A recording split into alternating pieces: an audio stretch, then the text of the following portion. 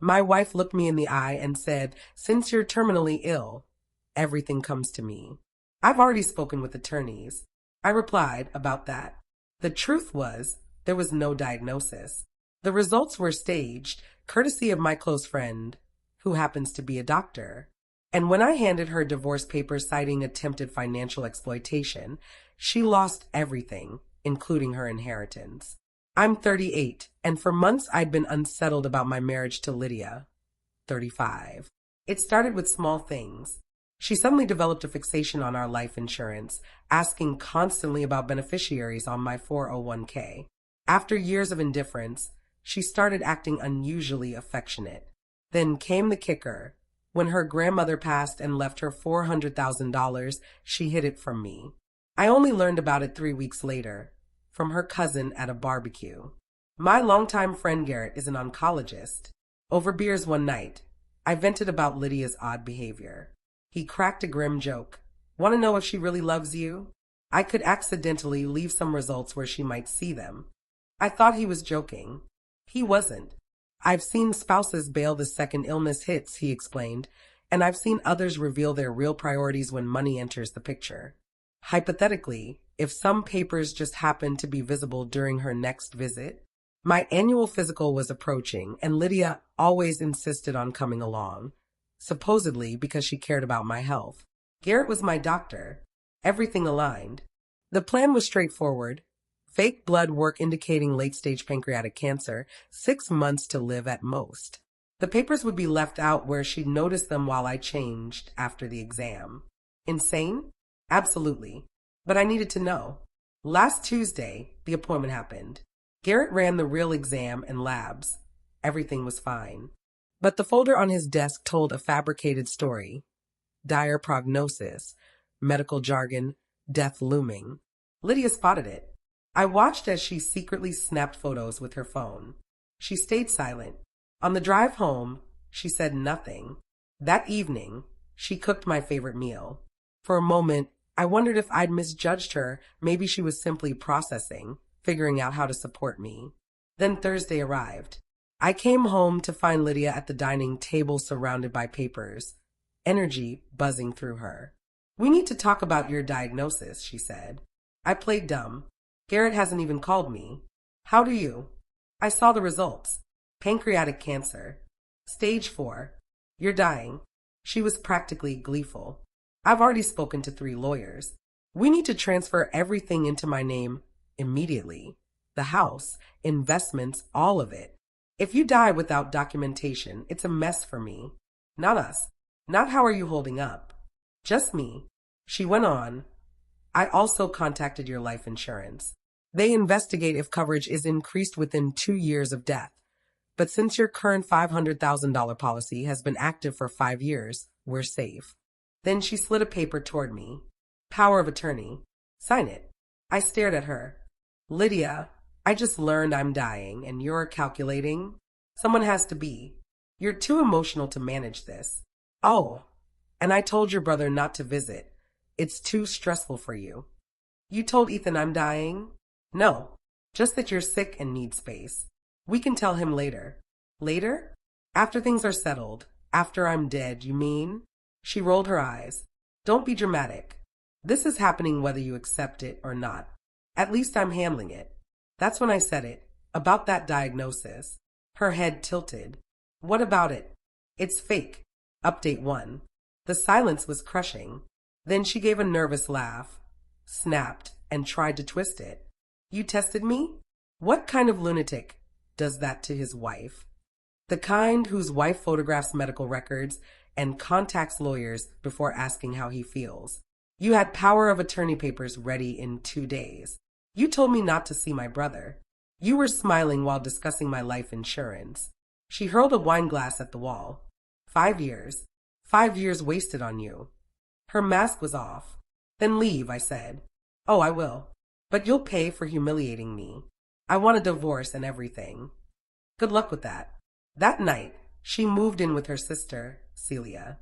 By morning, my phone blew up with texts from her family branding me an abuser, a manipulator, a monster. She told them I'd faked cancer to torment her. Her mother, Joyce, called in tears.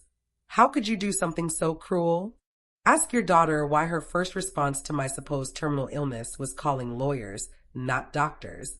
She was preparing for her future. A future where I conveniently died and left her with everything. Joyce hung up. Then Lydia slipped up. On Facebook, she posted, "Heartbreaking to find out your husband is a pathological liar who fakes cancer for attention. Some people are beyond sick. Already consulting lawyers for emotional damage. My friend Ramon, a lawyer, saw it immediately and called. She just admitted in writing that you're not sick." Screenshot it all. The comments piled up. Wait, he faked cancer? Why would someone do that? Something's off here. One coworker wrote, "Didn't you say last month your wife was obsessed with his life insurance?" Lydia deleted the post, but screenshots had already spread. Update 2. Lydia hired Miranda Fitzgerald, known as a shark in divorce law. I retained Ramon's partner, Curtis, who specializes in financial exploitation cases. And Lydia's arrogance had already cost her. She quit her job, claiming she needed to care for her dying husband. Now that everyone knew I wasn't dying, she just looked like a liar who walked away from employment. Her attorney argued I'd inflicted emotional harm with my deception. Curtis countered, "My client learned his wife intended to financially exploit him during what she believed was a medical crisis. Her immediate actions were to secure assets, not support him. That's attempted financial elder abuse." "He's not elderly," Miranda snapped. "No, but she believed he was terminal and moved to seize control. That's exploitation of a vulnerable person. The fact that he wasn't actually vulnerable doesn't erase her intent." Then Curtis dropped the bomb. "We're also seeking alimony." Mrs. Lydia inherited $400,000, while my client had to take leave from work to process the discovery that his wife viewed him as a payday, not a partner. Lydia exploded. "That's insane." Curtis calmly replied, "You quit your job. My client is the sole earner. By law, he's entitled to support." Her face shifted from scarlet to ghostly white. And it got worse. Curtis produced a folder. We've subpoenaed her search history. Shall I read it aloud? Miranda snatched the papers, but her face drained of color. The day Lydia saw those fake results, she Googled, "How long does stage for pancreatic cancer last? Can life insurance investigate after death? How to transfer house title from dying spouse? Average survival stage for pancreatic cancer. Morphine overdose signs. Hospice options." That last one made even Miranda look disgusted. Update 3. Discovery only got uglier. Financial records revealed Lydia had been skimming from our joint account, small transfers adding up to $15,000 over the past year, hidden in an account I didn't know existed. But the real bombshell? She'd taken out a $1 million life insurance policy on me 8 months ago, without my knowledge, forging my signature. Curtis nearly glowed. "That's insurance fraud. Criminal level fraud." The insurance company launched an investigation. Apparently, you can't just insure someone's life for $1 million behind their back. Meanwhile, Lydia spiraled online. Her sister Celia posted on her behalf. "The emotional abuse Lydia endured from her sociopathic ex is unimaginable. Faking terminal illness to test love is abuse. My brother Ethan finally weighed in. He tested whether she cared for him or his money. She failed spectacularly. Celia claimed she was just being sensible in the middle of a crisis. But Ethan, she wasn't. She was on Google looking up signs of morphine overdose. That's not practicality. That's premeditation. That's murder." Celia deleted those searches afterward. Then Lydia's mother, Joyce, came straight to me. She showed up at my job with coffee and tears. "Please, give her something from the divorce," she begged. "She's my baby girl." I stared at her. "Your baby girl tried to steal my house while thinking I was on my deathbed." "She was afraid," Joyce stammered. "People don't think rationally under stress." "Joyce," I said. "She secretly took out a $1 million life insurance policy on me. Without my knowledge. She was actually upset that I wasn't dying." Joyce's mouth opened and closed like a goldfish. "No, she wouldn't. The insurance company has the forged paperwork," I replied. "Fraud charges are coming." Joyce left in silence. Update 4. The fraud investigation wrapped up. Lydia was arrested last Tuesday. Her mugshot was brutal. Orange is not her shade. She made bail. Joyce put her own house on the line. But the fallout was already public. Her arrest hit the records. Her old employer saw it and released a statement. They stood by their decision to accept her resignation. Translation? She's blacklisted. No job there ever again. The divorce negotiations shifted quickly. With felony charges hovering, Lydia had no leverage. My lawyer Curtis went all in. Given Mrs. Lydia's documented fraud attempt through forged insurance policies, her plot to exploit my client's supposed terminal illness, and her lack of employment compared to my client's medical leave, we are seeking full ownership of the house, originally my client's before marriage, though she wants half its value. Alimony set at $3,000 a month for 2 years, all marital debt. Roughly $12,000 in credit cards she accumulated, assigned to her, and repayment of my client's legal fees, currently $18,000. Her lawyer looked shocked. That's outrageous. She inherited $400,000. Yes, Curtis replied, but bail, legal fees, and living costs will drain that fast. She should settle now before she's broke. Lydia snapped. I am not giving him my inheritance. Curtis shrugged. Then we'll take it to trial, where a jury will hear how you were Googling morphine overdoses while convinced your husband was dying. Update 5. The criminal case complicated everything. Lydia's criminal attorney, separate from her divorce lawyer, doubled the bills, warned her that pleading guilty would crush her divorce chances. But fighting the charges? Minimum $50,000. Her inheritance started bleeding out. Criminal lawyer retainer, $30,000. Divorce lawyer, $25,000. Bail bonds, $5,000. Living expenses. Rent her sister Celia began charging $2,000 a month. She even tried representing herself in divorce court to cut costs. Huge mistake. The judge asked her directly, did you take out a life insurance policy on your husband without his consent? I plead the fifth. This isn't criminal court. I need a yes or no. It was for our future. Yes or no? Yes. But, and did you also research transferring assets from a dying spouse? He wasn't actually dying, but you believed he was? Yes. The judge lowered his glasses. So, when you thought your husband was terminally ill, your response was to secure his assets and investigate his life expectancy? I was being practical. The judge ruled. The house awarded entirely to me. Alimony $2,500 per month for 3 years. All marital debt assigned to her, and 75% of my legal fees. Lydia screamed. He lied about having cancer. The judge cut her off. And you lied on insurance documents. His lie revealed character. Yours was criminal fraud. Big difference. Update 6. Her trial just finished. Lydia pled no contest to insurance fraud to avoid prison. Sentence: 2 years probation, 200 hours of community service, and a $10,000 fine.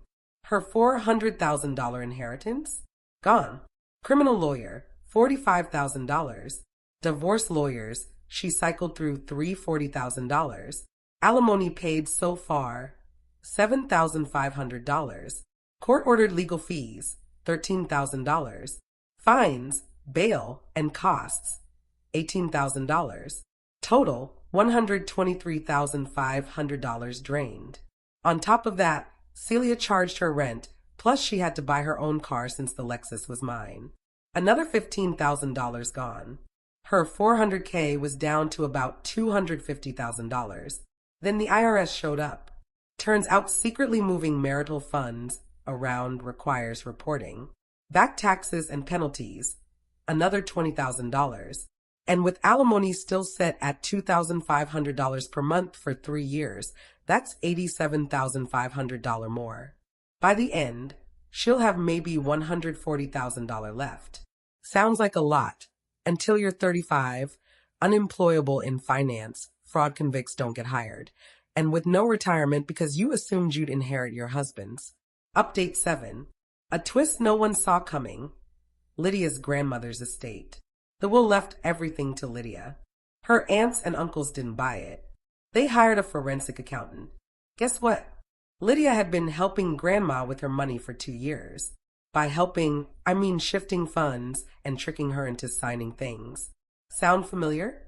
The estate lawyer called me as a witness. Since we were still legally married at the time, I testified honestly.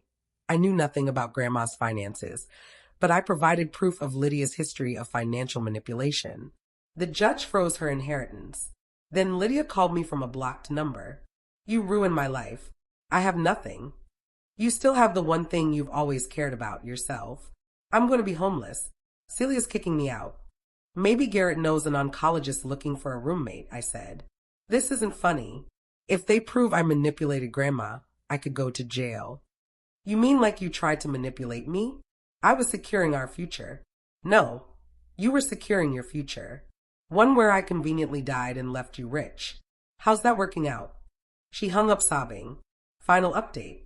6 months have passed since that fake doctor's appointment. Here's where things stand.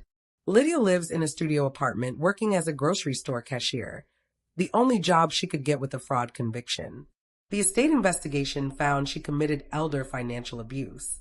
She had to repay $200,000 to avoid prosecution. After lawyers, fines, taxes, and my alimony, she's in debt, another $20,000 owed to her attorney. Her social media is wiped. Her family barely speaks to her. Celia even posted about cutting off toxic people, even family, clearly aimed at her. Me. I'm still in my house, back at work full-time. The alimony helps cover the therapy I needed after realizing my wife saw me as a life insurance payout. I'm not dating yet, but I did join a bowling league. Our team name? Terminal Velocity. Garrett cracks up every time. The divorce is finalized. The judge's parting words? Marriage means in sickness and in health, not ooh. Sickness, time to cash in. Divorce granted. Lydia's relatives split the $200,000 she had to return. They even send me a thank you card for testifying. Odd, but appreciated. The lesson? When someone shows you their true nature, believe them. When Lydia saw those fake cancer papers, she revealed who she was, someone who viewed my death as a payday. The fake diagnosis didn't create her greed. It exposed it. Do I feel guilty about the test? Not at all. It saved me from a lifetime with a woman literally Googling how long it would take me to die. She lost everything because she gambled on my death. That's the risk when you treat someone's life like chips at a casino. And Lydia, if you're reading this during your lunch break at the grocery store, next time someone says they're dying, maybe ask, how are you feeling? Instead of how much am I getting?